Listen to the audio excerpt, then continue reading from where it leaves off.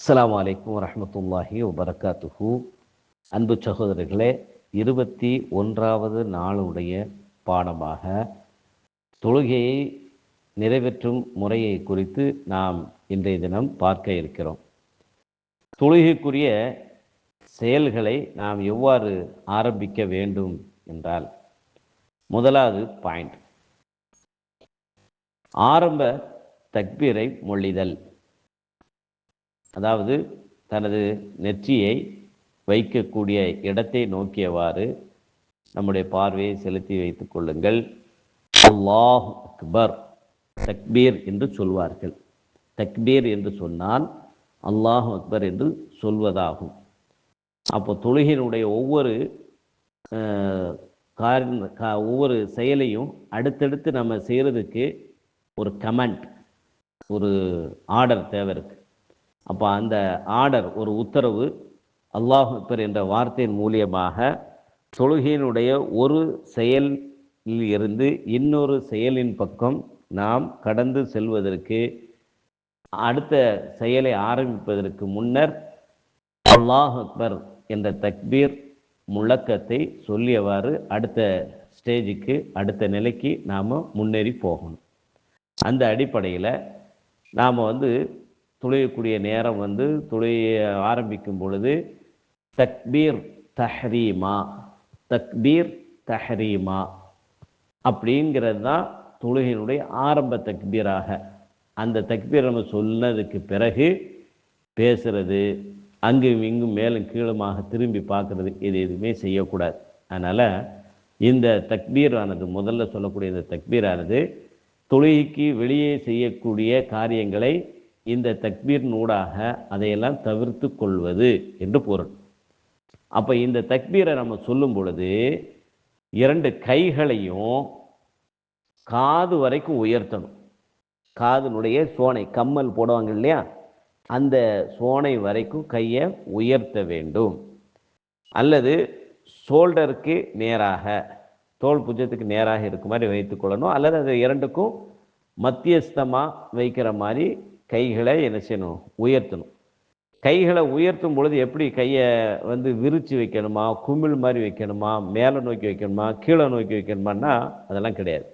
நம்ம கையை தூக்கி காமிக்கணும். கையை தூக்கி காமிக்கணும்னா நம்முடைய உள்ளங்கையும் வலது இடது உள்ளங்கையை என்ன செய்யணும், நாம் தொழுகின்ற திசையை நோக்கி இருக்கணும். நம்ம பிறங்கை பின்புறம் நோக்கி இருக்கும். அப்போ அந்த கையை விரித்து வைக்காமல், குழி மாதிரி வைக்காமல் நேராக நாம் வைத்து கொள்ள வேண்டும். வைத்து அல்லாஹ் அக்பர் சொல்லும்போது கை இவ்வளோ தூரத்துக்கு வந்துடணும். கையை காது வரைக்கும் உயர்த்த வேண்டும். உயர்த்தி அது பிறகு அல்லாஹ் அக்பர் சொல்லி முடித்ததோட நம்ம ரெண்டு கைகளையும் நம்முடைய நெஞ்சு குழியின் மீது, நெஞ்சு குழின்னு சொன்னால் எதை சொல்லுவோம் அப்படின்னா, நம்முடைய வலது விலாப்புறமும் இடது விலாப்புறமும் அப்படியே மேலே வரைக்கும் நெஞ்சு வரைக்கும் வரும். அப்படி வரும்பொழுது எந்த இடத்துல ரெண்டு வலதுபுற இடதுபுற விலா எலும்பு எங்கே சேருமோ அதுதான் நெஞ்சு குழி. அப்போ அந்த குழி பக்கத்தில் என்ன செய்யணும், முதல்ல இடது கையை வைக்கணும். அந்த நெஞ்சு குழியில் இடது கையை வைக்கணும். பிறகு அதன் மீது வலது கையை வைத்து அந்த கையை பிடித்து கொள்ள வேண்டும். இடது கையை வலது கையை கொண்டு பிடிக்கணும். சரி, கையை எதன் மீது எது மேலே வைக்கிறது அப்படின்னு சொன்னால், அந்த நெஞ்சு குழியில் நம்முடைய இடது கையினுடைய உள்ளங்கை இருக்கணும். வலது கையினுடைய உள்ளங்கையை கொண்டு அந்த இடது கையினுடைய பிறங்கையை நன்றாக பற்றி பிடித்து கொள்ள வேண்டும். இது தக்பீர் கற்ற முறை. இப்படி வைத்ததற்கு பிறகு அல்லாஹ் அக்பர் சொல்லி இப்படி கையை கட்டி கொண்டதற்கு பிறகு ஆரம்ப பிரார்த்தனையாக இறைவனை புகழக்கூடிய சனா என்று சொல்வார்கள். என்ன சனான்னு அரபியில் சொல்லுவாங்க. தமிழில் தொழுகையினுடைய ஆரம்ப துவா, பிரார்த்தனை, இறைவனை புகழக்கூடிய வார்த்தை. அந்த வார்த்தை என்ன இருக்குது அப்படின்னா, இரண்டு வார்த்தைகள், இரண்டு துவா இருக்கிறது. இதில் ஒரு துவாவை சொல்லித்தரேன், இன்னொரு துவாவும் இருக்குது, அதையும் நான் தனியாக சொல்லித்தரேன். இது சிம்பிளாக இருக்குங்கிறதுனால இதை மனனம் செய்து கொள்ளுங்கள். சுப்ஹானக்கல்லாஹும்ம, அப்படி தக்பீர் கட்டினதுக்கு பிறகு சுப்ஹானக்கல்லாஹும்ம வபிஹம்திக வதபாரக்கஸ்முக தபாரக்கஸ்முக வதஆலா ஜத்துக வதஆலா ஜத்துக வலா இலாஹ கைருக வலா இலாஹ கைருக சுப்ஹானக்கல்லாஹும்ம வபிஹம்திக வதபாரக்கஸ்முக வதஆலா ஜத்துக வலா இலாஹ கைருக. இவ்வளோதான் இந்த வாசம், ஒன்ற வரி தான். இந்த வார்த்தையை நம்ம சொல்லி முடித்ததுக்கு பிறகு அவுது பில்லாஹி மினஷ் ஷைத்தானிர் ரஜீம், அவுது பில்லாஹி மினஷ் ஷைத்தானிர் ரஜீம், பிஸ்மில்லாஹிர் ரஹ்மானிர் ரஹீம் என்று மனதுக்குள்ளால் சொல்லிக் கொள்ளணும். ரெண்டையும் சொல்லி முடித்தது பிறகு சூரத்துல் ஃபாத்திஹாவை சத்தமாக நாம் என்ன செய்யணும், ஓதணும். சப்தமாக ஓதுற தொழில் சப்தமாகவும் மனதிற்குள்ள ஓத வேண்டிய நேரங்களில் தொழுகைகளில் மனதுக்குள்ளால் ஓதிக்கிடணும். அப்போ நம்ம ஏற்கனவே சூரத்துல் ஃபாத்திஹான்னா அல்ஹம்துலில்லாஹி ரப்பில் ஆலமீன் அர்ரஹ்மான் ரஹீம் மாலிகி யௌமித்தீன் இய்யாக நஅபுது வ இய்யாக நஸ்தஈன் இஹ்தினஸ் ஸிராத்தல் முஸ்தகீம் ஸிராத்தல் லதீன அன்அம்த அலைஹிம் கைரில் மக்தூபி அலைஹிம் வலத்தால்லீன். இது நம்ம உங்களுக்கு குரூப்பில் அனுப்பி வச்சிருக்கிறேன். அப்போ இதை மனனம் செய்து இதை நம்ம ஓதணும். சத்தமாகவோ ரகசியமாக ஓத வேண்டிய தொழுகைகளை ரகசியமாக ஓதிக்கிடணும். அதுக்கு பிறகு இதை ஓதி முடித்து ஆமீன் சொல்லி முடித்ததுக்கு பிறகு குர்ஆனில் இந்த சூரத்துல் ஃபாத்திஹா அல்லாத வேறு சிறு சிறு அத்தியாயங்கள் இருக்குது. அதில் எதையாவது ஒன்றை நாம் துணையாக ஓதிக்கொள்ள வேண்டும். அப்போ அந்த சூறா ஓதும் பொழுது பிஸ்மில்லாஹிர் ரஹ்மானிர் ரஹீம் மனசுக்குள்ளே சொல்லி நம்ம என்ன செய்ய வேண்டியதான், அந்த சூறாவையும் நாம் சத்தமாக ஓதுற நேரத்தில் சத்தமாகவும் ரகசியமாக ஓதுற நேரத்தில் ரகசியமாக நம்ம ஓதிக்கிடணும். அது முடித்த உடனேயே இப்படி குர்ஆன்லேருந்து ஒரு பகுதி ஓதி முடித்ததுக்கு பிறகு அடுத்து தக்பீர் சொல்லணும். ஏன்னா அடுத்த ஒரு ஸ்டாண்ட் பையாக நின்னதுலேருந்து இப்போது நாம் குனிய போகிறோம். அப்போ குனியறதுக்காக ஒரு கமெண்ட் அல்லாஹ் அக்பர் அப்படின்னு சொன்ன உடனே ருக்குவிற்கு போகணும், குனியணும், குனிந்த நிலைக்கு போகணும். அப்போ குனியும் பொழுது எப்படி போகணும் அப்படின்னு சொன்னால் அல்லாஹ் அக்பர் சொல்லி நாம் திரும்ப கையை என்ன செய்யணும், தொங்க விடுறத கையை உயர்த்தி காது வரைக்கும் உயர்த்தி திரும்ப அல்லாஹ் அக்பர் சொல்லி என்ன செய்யணும், குனிந்து வலது உள்ளங்கையை கொண்டு வலது முட்டுக்காலையும் இடது உள்ளங்கையை கொண்டு இடது முட்டுக்காலையும் நன்றாக பிடித்து கொள்ளணும். அப்படி பிடிக்கும் பொழுது முதுகும் தலையும் சமமாக இருக்கணும். நம்முடைய பார்வையானது நெற்றியை தரையில் எந்த இடத்துல வைப்போமோ அந்த இடத்த முன்னோக்கி இருக்கணும். விரல்களை விரித்து தம்முடைய கைகளால் முழங்காலில் வைக்கணும், முட்டுக்காலில் வைக்கணும். அப்போ அந்த நிலைக்கு பேர் தான் ருக்குன்னு சொல்லுவாங்க. இந்த ருக்குவில் சிறிது நேரம் நிலையாக நிற்கணும். ருக்குவில் அங்கு என்ன துவா ஓதணும் அப்படின்னா சுபஹான ரப்பியல் அலீம், சுபஹான ரப்பியல் அலீம் என்று 3 முறை நாம் சொல்ல வேண்டும். அதுக்கு கூட சொன்னாலும் குற்றமில்லை. இப்படி தான் ருக்குவில் ஓதணும். பிறகு ருக்குவிலிருந்து தலையை நம்ம ஸ்ட்ரெயிட்டாக நேராக நிற்க வரணும். அப்படி வரும்பொழுது ருக்குவிலிருந்து தலையை உயர்த்தும் போது 2 கைகளையும் காது வரைக்கும் உயர்த்தியவாறு சமி அல்லாஹு லிமன் ஹமீதா என்று சொல்ல வேண்டும். இமாம் சொன்னார்னா நம்ம இமாம்னா நமக்கு முன்னின்று நடத்தி வைப்பவர் தான் இமாம். அப்போ அவரை பின்பற்றி நிற்கக்கூடியவங்க தான் மஅமூம் பின்பற்றி தொழக்கூடியவர்கள். அப்போ 2 பேருமே என்ன செய்யணும், சமி அல்லா லிமன் ஹமீதான்னு உயர்த்தி நிலைக்கு வந்ததுக்கு பிறகு ரப்பனா லக்கல் ஹம்து, ரப்பனா லக்கல் ஹம்து என்று ஒரு முறை சொல்ல வேண்டும். அப்போ இப்படி நிலைக்கு வந்தது பிறகு இந்த ரப்பனா லக்கல் ஹம்துன்னு சொல்லி முடித்ததுக்கு பிறகு மீண்டும் ஒரு முறை அல்லாஹ் அக்பர்னு சொல்லி கையை உயர்த்தாமல் நம்ம அல்லாஹ் அக்பர்னு சொல்லிட்டு நேர சுஜூதுக்கு மண்டி இடுவதற்காக அல்லது சஜிதா செய்வதற்காக நம்ம நெத்தியை கொண்டு தரையில் வைப்பதற்காக நாம் செல்லணும். அல்லாஹ் அக்பர்னு சொல்லி போகணும். அப்படி போகும் பொழுது முதல்ல தரையில் நம்ம கையை ஊன்றிக்கிடணும், 2 கை உள்ளங்கையை ஊனிக்கிடணும். அப்புறம் முட்டுக்காலை தரையில் வைக்கணும். அதுக்கு பிறகு நம்ம நெற்றி மூக்கும் நெற்றி ரெண்டுமே என்ன செய்யணும், தரையில் படுற மாதிரி தலையை வைக்கணும். பிறகு 2 உள்ளங்கைகளை தரையில் ஊன்றி வைக்கணும். அப்புறம் நம்முடைய 2 முட்டுக்கால்கள் என்ன செய்யணும், தரையில் இருக்கணும்.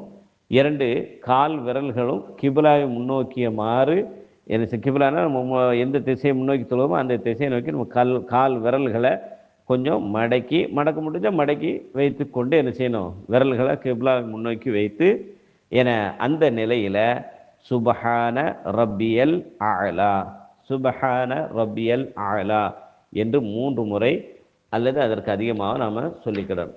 இப்படி சொல்லி முடித்ததுக்கு பிறகு அல்லாஹு அக்பர் என்று சொல்லி அடுத்த கமெண்ட் சொல்லி எழுந்து உட்காரணும்.